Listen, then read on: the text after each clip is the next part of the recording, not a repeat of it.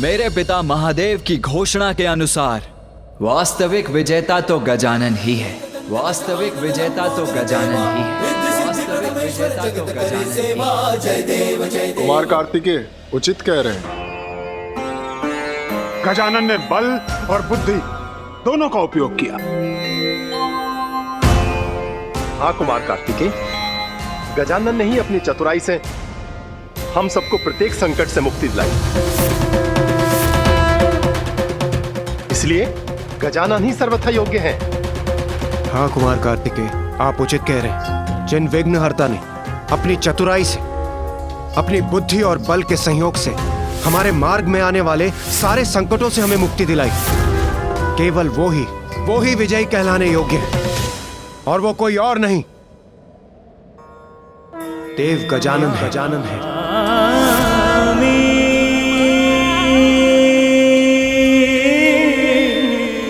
अर्थात विघ्नहर्ता गजानन विजयी हुए।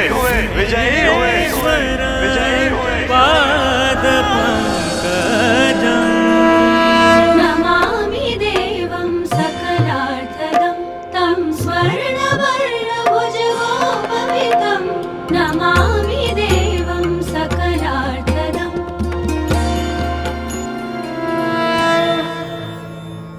आज से पार्वती नंदन गजानन मात्र इसी नाम से नहीं जाने जाएंगे, उनको एक और नाम प्राप्त होगा।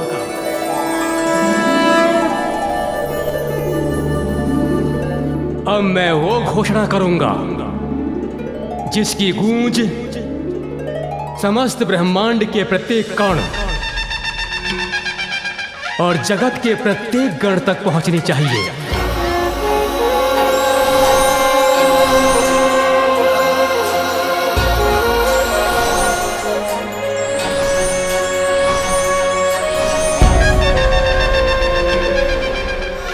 देवगण, यक्षगण, गंधर्वगण, किन्नरगण, आकाशगण, पातालगण, भूगण, जलगण, दीर्घगण, लघुगण, पशु पक्षी और समस्त चराचर जीवगण, सभी गणों के ईश गजानन आज से गणेश कहलाएंगे।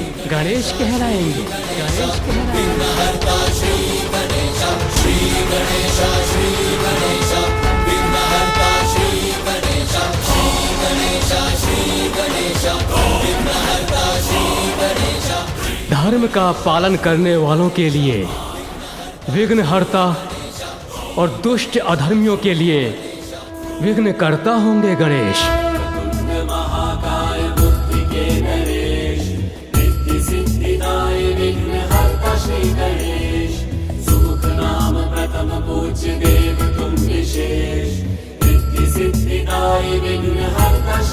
गणेश, विघ्नहर्ता गणेश। इसलिए आज से एक नवीन विधान का भी निर्माण होता है कि किसी भी शुभ कार्य के प्रारंभ से पूर्व की जाने वाली पूजा में सर्वप्रथम विघ्नहर्ता गणेश की पूजा अनिवार्य होगी। विघ्नेश्वराय वरदाय सुरप्रियाय लंबोदराय सकलाय जगद्धिताय।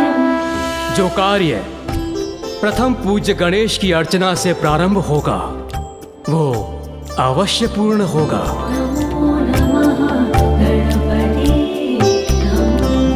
मुझे बहुत गर्व है कि गणेश ने आज अपनी प्रतिभा का परिचय दिया। देवताओं के साथ साथ संपूर्ण जगत की भलाई का कठिन दायित्व भी स्वीकार किया। विघ्नहर्ता प्रथम पूज्य श्री गणेश की। विघ्नहर्ता प्रथम पूज्य श्री गणेश की।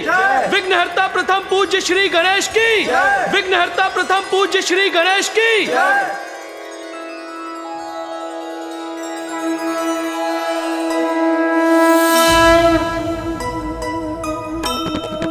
जय गणेश जय गणेश जय गणेश देवा।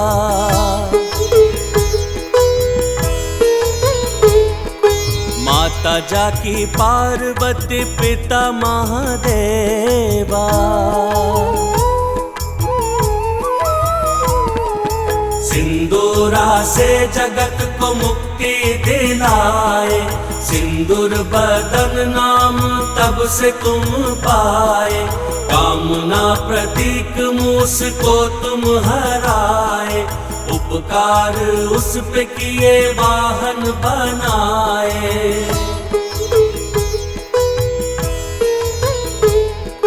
माता पिता सर्वोपरि तुमने बताया, प्रथम पूज्य अधिकार युक्ति से पाया। विघ्न हरता भी तुम हो, विघ्न करता भी तुम, प्रथम पूज्य वंदन तुम्हारा करें हम। जय गणेश जय गणेश जय गणेश देवा, माता जाकी पार्वती पिता महादेवा। जय गणेश जय गणेश जय गणेश देवा, माता जाकी पार्वती पिता महादेवा। माता, आपके पुत्र गजानन ने देवता पद तो पूर्व ही प्राप्त कर लिया था, किंतु आज प्रथम पूजनीय बनकर आपका वचन भी सार्थक कर दिया। नारायण नारायण। हाँ माँ, मैं भी अत्यंत प्रसन्न हूं कि अनुज गजानन गणेश ने न केवल अपनी योग्यता प्रमाणित की, अपितु ये भी दर्शा दिया कि बल और बुद्धि दोनों में ही वो सर्वश्रेष्ठ है। तुम्हारी विजय तो मेरी भी विजय है अनुज। सत्य तो ये है भैया कि मेरी विजय का श्रेय तो आपको ही जाता है। मुझे? वो कैसे?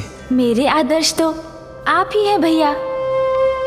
मैं तो सदैव आपके पद चिन्हों पर चलकर आपके समान बनने का ही प्रयत्न करता रहा हूँ, और मेरी सफलता पर आपको गर्व होने से मुझे प्रेरणा मिलती है। उसी के कारण तो ये सफलता प्राप्त की मैंने।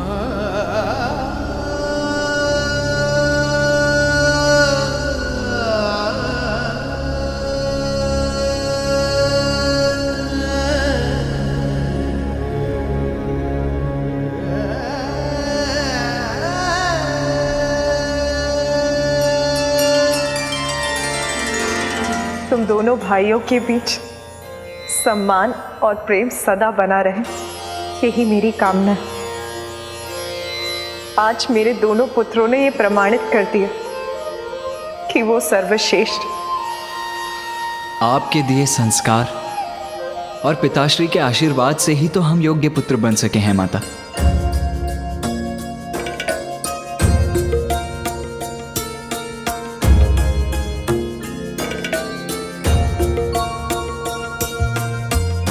कल्याण हो।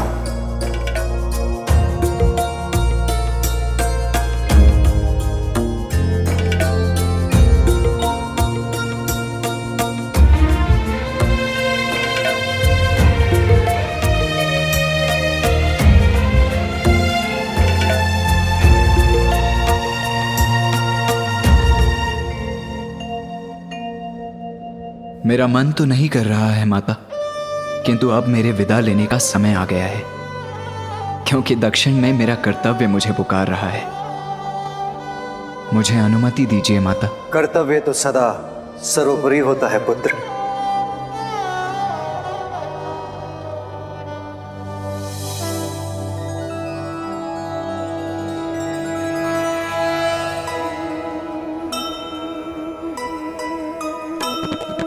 कार्तिकेय प्रस्थान की घड़ी है आई,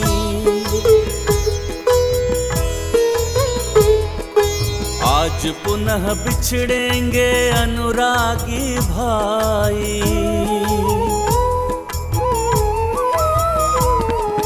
सुमुख अब अनिवार्य है विदाई देना, भावुक हृदय अश्रुपूरित है नैना। जय गणेश जय गणेश जय गणेश देवा, माता जाकी पार्वती पिता महादेवा।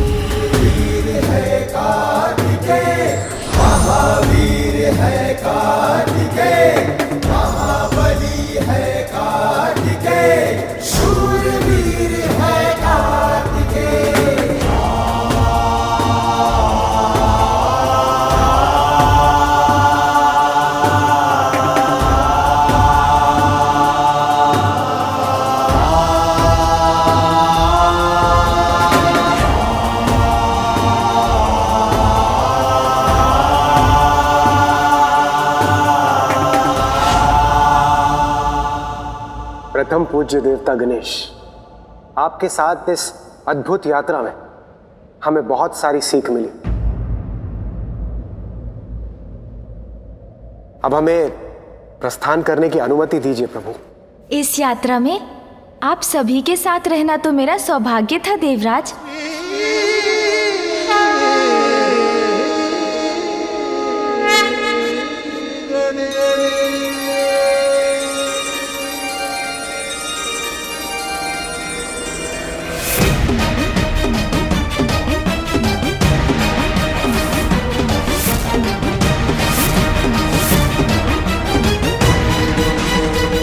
अकस्मात मुझे एक ऐसा आभास हो रहा है।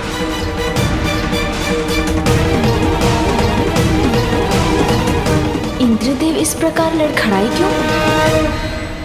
क्या हुआ देवराज इंद्र? आप कुशल तो है ना?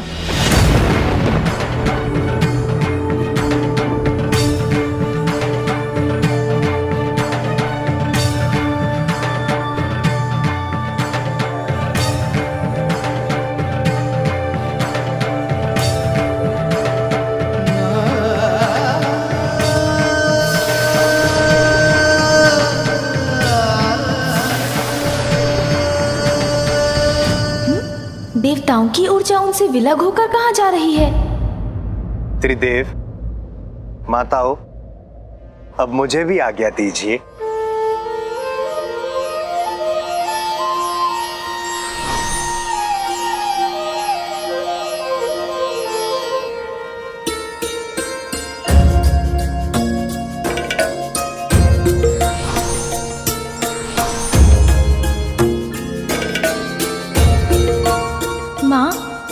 मैंने अभी देखा, क्या वो आपको भी दिखाई दिया? नहीं पुत्र, मैंने तो कुछ भी नहीं देखा। यदि माता का ध्यान उस पर नहीं गया तो उन्हें व्यर्थ चिंतित करने का कोई लाभ नहीं। ये क्या था? जब मुझे पूर्ण रूप से ज्ञात हो जाएगा तभी बताऊंगा उन्हें। पुत्र, प्रतीत होता है तुम बहुत थक गए। तुम्हें विश्राम करने की आवश्यकता है।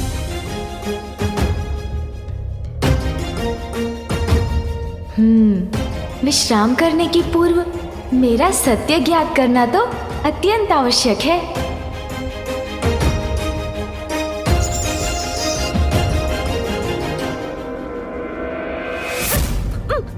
अरे, ये अकस्मात कंपन कैसा था?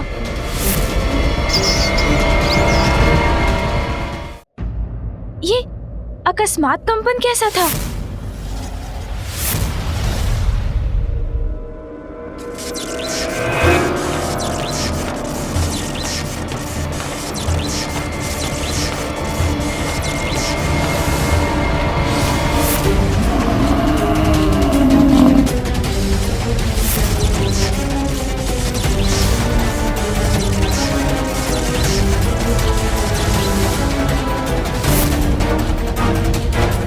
ये अकस्मात क्या हो रहा है? ये क्या? यमदेव जी अपने कार्य में असफल क्यों हो रहे हैं?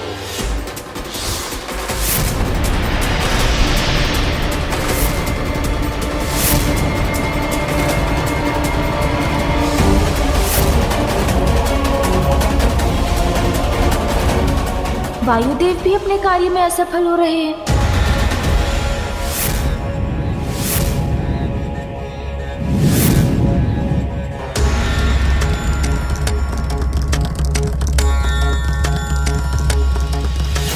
और ये क्या? अग्निदेव की शक्ति भी कार्य नहीं कर रही।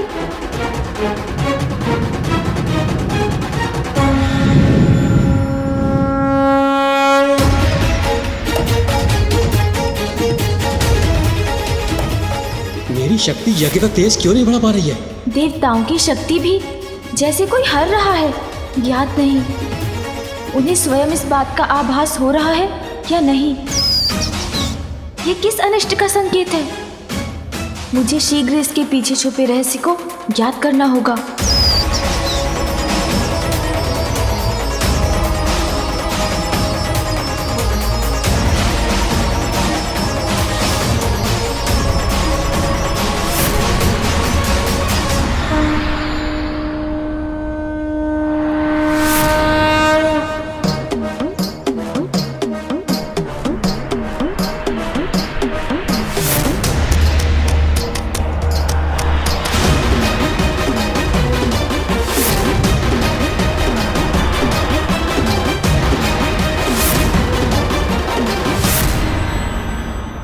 कुछ तो अनुचित अवश्य है। प्रतीत होता है जैसे सृष्टि के समस्त तत्वों को कोई सोख कर उनकी शक्ति को क्षीण कर रहा है। किंतु कहाँ विलीन हो रहे हैं ये तत्व? कौन सी अनिष्टकारी शक्ति ने अपनी ओर खींच रही है? ये सभी तत्व तो एक ही ओर जा रहे हैं। वहां जाकर देखता हूँ। मूषक जी, चलिए।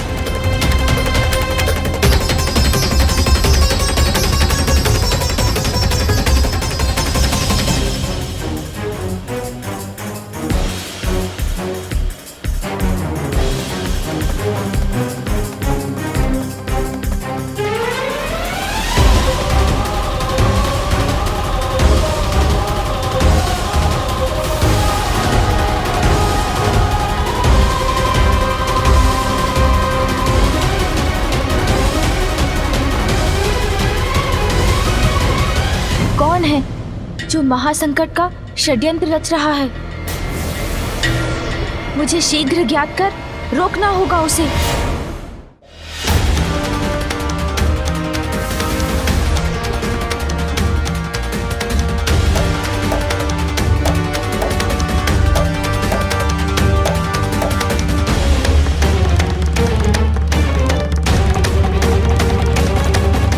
ये कैसे स्वर्ण, रजत और लौह के विचित्र स्तंभ हैं जो एक साथ मिलकर ये त्रिकोण बना रहे हैं?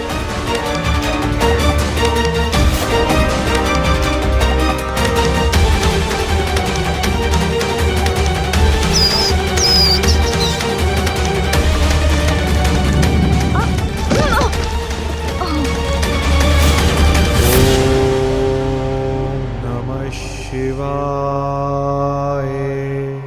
मुझे ऐसा क्यों प्रतीत हुआ जैसे पिताश्री के मंत्रों की शक्ति ने ही मुझे वहां प्रवेश करने से रोक दिया? ओम नमः शिवाय। क्या सत्य में पिताश्री महादेव के मंत्रों का जाप हो रहा है यहाँ? कौन है जो इन मंत्रों की शक्ति से मुझे वहां जाने से रोक रहा है? और इसके पीछे उसका क्या उद्देश्य है? जो भी है, ये तो किसी महासंकट का ही संकेत है। इसकी गहराई तक पहुंचने में विलंब नहीं कर सकता मैं। प्रतीत होता है जैसे किसी बड़ी आसुरी शक्ति के प्रभाव में कोई अत्यंत भीषण योजना रची जा रही है यहाँ। और शिव भक्ति के स्वरों की गूंज भी सुनाई दे रही है।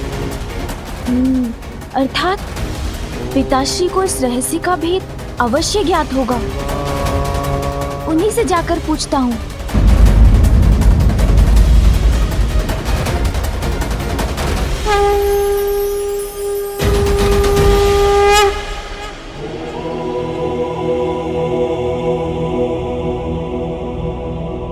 पिताश्री के ध्यान में व्यवधान डालकर सृष्टि का अहित नहीं होने दे सकता। किंतु सृष्टि यदि इसी प्रकार पंच तत्वों से रहित होती रही, तब तो संपूर्ण जीवन का अहित होगा। फिर तो मुझे ही शीघ्र इस संकट से उबरने का उपाय ढूंढना होगा।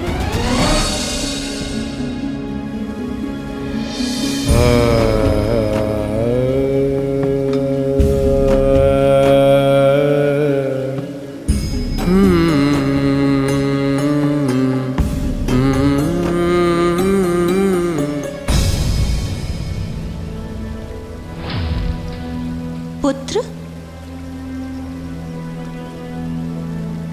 क्या हुआ? ऐसी कौन सी चिंता है जिससे मेरा पुत्र उलझन में है? माँ, वो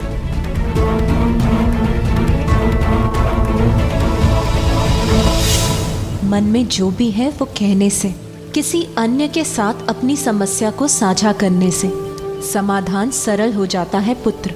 माँ, कुछ समय पूर्व मुझे एक रहस्यमय अनुभव हुआ। अंतरिक्ष में एक विचित्र त्रिकोणाकार स्थान है, जिसके निकट जाने के मेरे प्रयास को किसी दिव्य मांत्रिक शक्ति ने विफल कर दिया।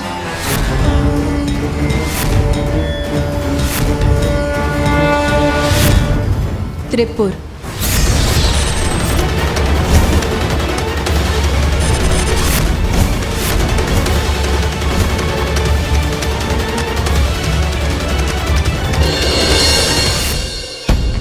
पद के साथ व्यक्ति का दायित्व और भी बढ़ जाता है। इसलिए हमें पद की गरिमा और दायित्व के प्रति सजग रहना चाहिए।